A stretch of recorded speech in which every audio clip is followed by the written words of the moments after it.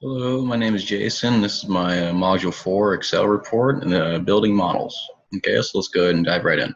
So our first question involves a worldwide poll taken between 2008 to 2010. And what it involved was the number of citizens in the nations of the United States, Canada, and United Kingdom, and the percentages of those populations that wanted to stay in their current country of residency or move to a new country. And with that, we also calculated the total percentages in number, as well as percentages, as well as the number of those out of a million who wish to actually move. And with that, we concluded that the United States had the highest percentage of those who wanted to move, with 34%, or also 240,000 out of a million, out of per 240 million people. And with that, we also got a 29% out of 100% were wanting to stay, with 71% who want to move.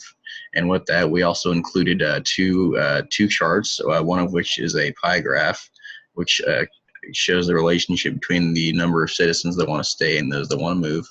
And as well as we have a bar graph, which shows the number of those that wish to move from the United States, Canada, and the United Kingdom. And yeah.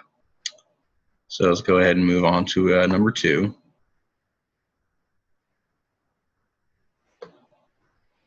And with number 2, we created our own algebraic equation to serve a backstory.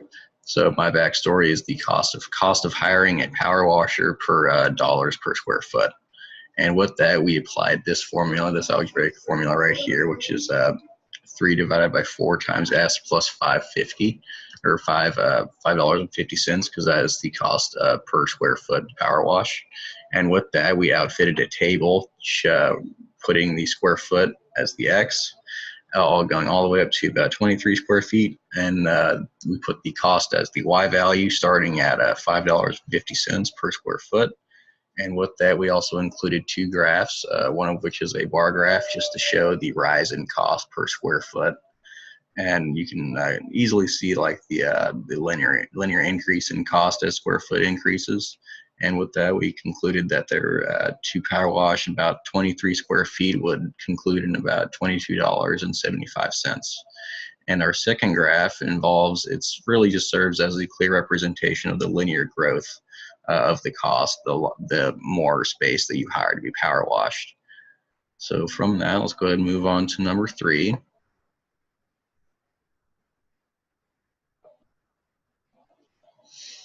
Okay, and number 3, we are cataloging the growth of sneaker sales at a sneaker company. And with that, we're using this algebraic equation, which is 4x squared minus 32x minus 240. Sorry. And with that, we also outfitted a table with the amount of sneakers sold as the X value, as well as the profit being the Y value. And with that, we put the information into a line graph. And with that, we were able to document the lowest point of profit, which is where the company was in the greatest degree of negative, per se, in their sales record, which we also categorized at about 4 pairs of shoes. And that is per se, the apex of their sales record currently at that point, in terms of like their parabolic shape. And with that, we also have we were able to document where they broke even, and they broke even at approximately 13 shoes. And we've categorized that as a green dot on our graph. And we also categorize where the red dot is supposed to signify where they are finally taking off and making substantial amounts of profit as a company, and we're no longer at financial repercussions, per se. So with that, let's go ahead and move on to question 4.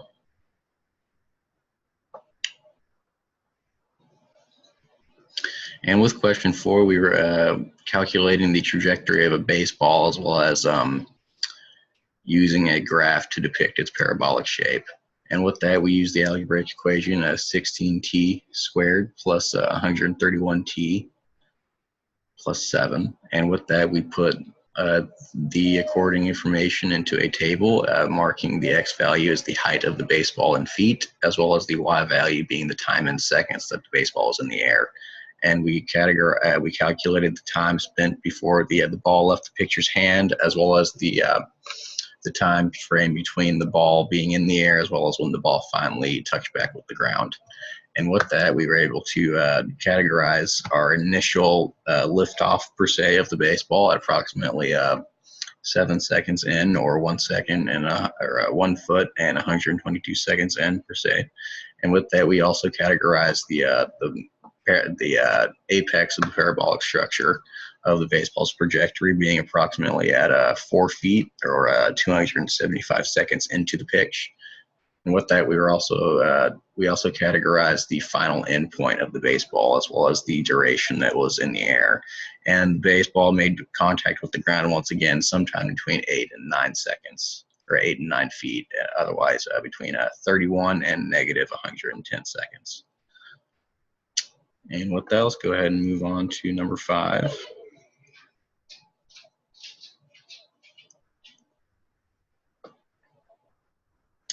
Okay, number 5, it's a very interesting problem. We have a new vacation resort is being opened by a retired math professor. And with that, he offers 3 various payment options for the residents of his resort. And with that, we took the guidelines and measures for each payment option, and we put that into its own individual formula, and then outfitted each payment option into a table to see which would offer the longest duration of residency over the other. And with that, we were able to categorize that the option 3 being $500 for the first day with half the cost every day it gives you the longest duration of residency, which caps out at approximately 9 days, because it finally ends at about $1.95. And with that, it finally breaks and goes into the cents division, which no longer clears as terms of residency. And with that, we also grouped together 3 additional graphs, all of which signify the various payment options. We have option 1 right here, and it shows just a very steady and linear decline in the price per day spent. And we also have option 2, which offers a rather steep decline initially. It's fairly steady in the beginning, and then it very traverses off path fairly quickly. And at option 3, we have a sharp decline right off the bat for the most part. And I'd say that concludes our question 5. Let's move on to our final question. And question 6 is very, very interesting. It's about carbon dating. And what that is asking us to use the aforementioned carbon dating formula to discover the number of centuries that have passed since carbon-14 began decaying inside the remains of a fossil. And with that, we put the information desired to discover into this table, and we were measuring up to about 20 centuries. So that's about 20,000 years, I believe. And with that, we also have the percentage of the carbon-14 that was remaining in the fossil from 100% and lowering as the centuries progress. And with that, we also incorporated a table into the units. And with that, you're able to see the steady decline in the carbon-14 percentages as time progresses. And with that, you're able to see that it will take approximately